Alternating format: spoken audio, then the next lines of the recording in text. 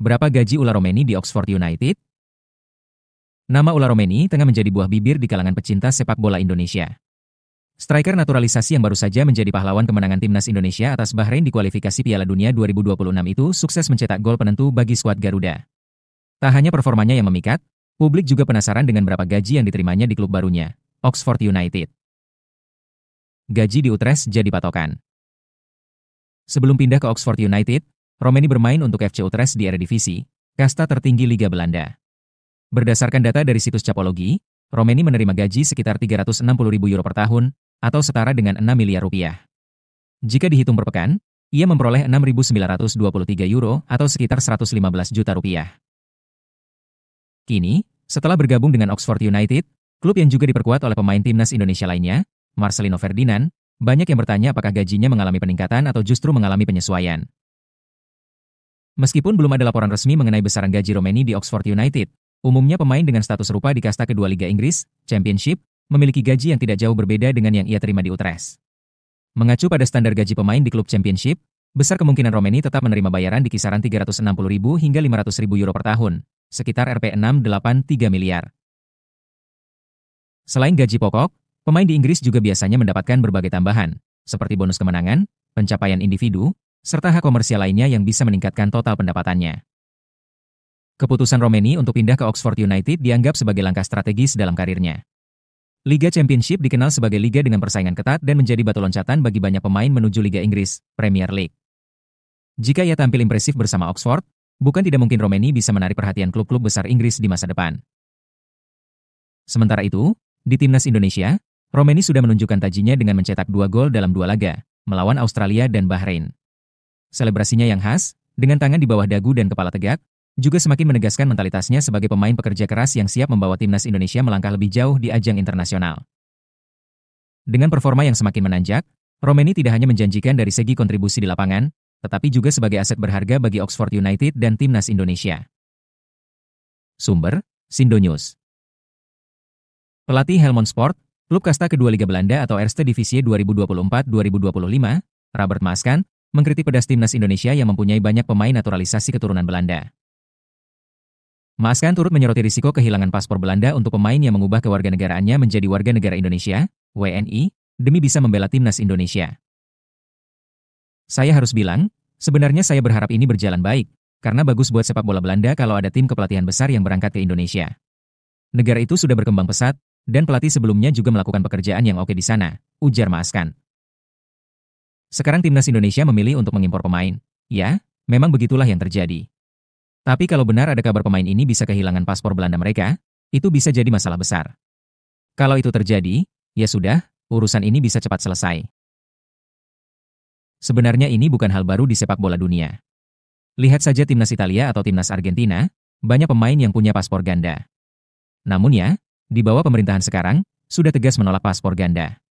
Ini pasti berdampak ke beberapa klub juga, karena mereka bisa kena biaya tambahan yang cukup besar, jelas Maaskan. Tapi kembali ke soal timnas Indonesia, menurut saya hype mereka terlalu besar. Jujur saja, kita hampir nggak tahu tentang tim ini, jarang lihat mereka main. Yang kita dengar cuma, oh, si ini ke sana, si itu ke sana, dan akhirnya ada 10 pemain naturalisasi dari Belanda di skuad mereka, ucap Maaskan. Kalau soal penalti, ya, penalti bisa saja gagal, itu wajar. Tapi faktanya, Australia yang sudah bertahun-tahun tampil di Piala Dunia ternyata masih terlalu kuat buat timnas Indonesia, ungkap Maaskan. Masih ada peluang buat timnas Indonesia lolos lewat jalur lain, karena mereka baru memulai. Tapi mari kita jujur, pemain-pemain ini nggak bakal memilih Indonesia kalau mereka punya kesempatan bermain untuk Belanda, ucap Maaskan. Kalau kita bicara kualitas di level Piala Dunia, tanpa mengecilkan mereka, ini semua pemain bagus, pemain Eredivisie yang solid. Tapi di level internasional, tim ini nggak bisa dibilang kuat. Timnas Indonesia tetaplah tim dengan peringkat yang masih rendah, katanya. Dari 16 pemain naturalisasi timnas Indonesia berdarah Belanda, 12 diantaranya sedang bermain atau alumni Eredivisie. Itu nggak bisa berubah dalam semalam. Sepak bola bergantung pada kualitas pemain. Kalau mayoritas pemainnya masih rata-rata, ya jangan berharap tiba-tiba bisa bersaing di level atas, kata pelatih yang juga pernah menangani NAC Breda, VVV Venlo, sampai Go Ahead Eagles itu. Orang-orang pilihan Patrick Kluivert mulai berdatangan ke timnas Indonesia, di mana orang-orang ini bukanlah pilihan Shin Tae-yong di masa lampau. Siapa saja mereka? Orang-orang pilihan Patrick Kluivert itu adalah para pemain keturunan yang akan dinaturalisasi oleh PSSI untuk membela timnas Indonesia. Uniknya, para pemain ini sebelumnya tak masuk dalam daftar naturalisasi PSSI saat skuad Garuda masih ditukangi oleh Shin Tae-yong. Para pemain tersebut antara lain Emil Audero Mulyadi, Como, Palermo, Joey Pelupessy, Lomel SK, dan Dean James, Go Ahead Eagles. Nama ketiga pemain ini hampir tak pernah terdengar dalam rencana naturalisasi era Shin Tae-yong. Jikapun ada, salah satu nama yang disebut adalah Emil Audero Mulyadi. Hanya saja di era Shin Tae-yong, ex-Juventus dan Inter Milan itu sempat memberi penolakan dinaturalisasi, berkaca pada pernyataan dari ayahnya. Kini setelah pelatih asal Korea Selatan itu dipecat, PSSI pun bergerak cepat menyuplai Patrick Kluivert dengan 3 tambahan pemain keturunan itu. Lantas seperti apa profil dari 3 pemain keturunan yang akan dinaturalisasi PSSI untuk Patrick Kluivert? Berikut profil singkatnya. Emil Audero Mulyadi merupakan pemain yang berposisi sebagai kiper. Ia lahir di Lombok, Nusa Tenggara Barat dan memiliki darah keturunan Indonesia dari sang ayah. Karirnya sendiri bermula di Italia, di mana Emil Audero menimba ilmu di Akademi Juventus dan sempat membela Sampdoria, Inter Milan, Como, dan kini dipinjamkan ke Palermo. Naturalisasinya sendiri bisa dikatakan memakan waktu lama. Sebab sebelumnya Emil disebutkan ingin membela timnas Italia. Namun seiring berjalannya waktu, Emil mulai luluh dan sepakat membela timnas Indonesia untuk menjadi pesaing Martin Paes di bawah Mistar. Joey Pelupessy merupakan pemain keturunan Maluku yang berposisi sebagai gelandang bertahan. Saat ini, ia berkiprah di klub kasta kedua Belgia, Lomel SK. Sebelum bermain di Lomel SK, Joey Pelupessy menimba ilmu di Akademi FC Twente.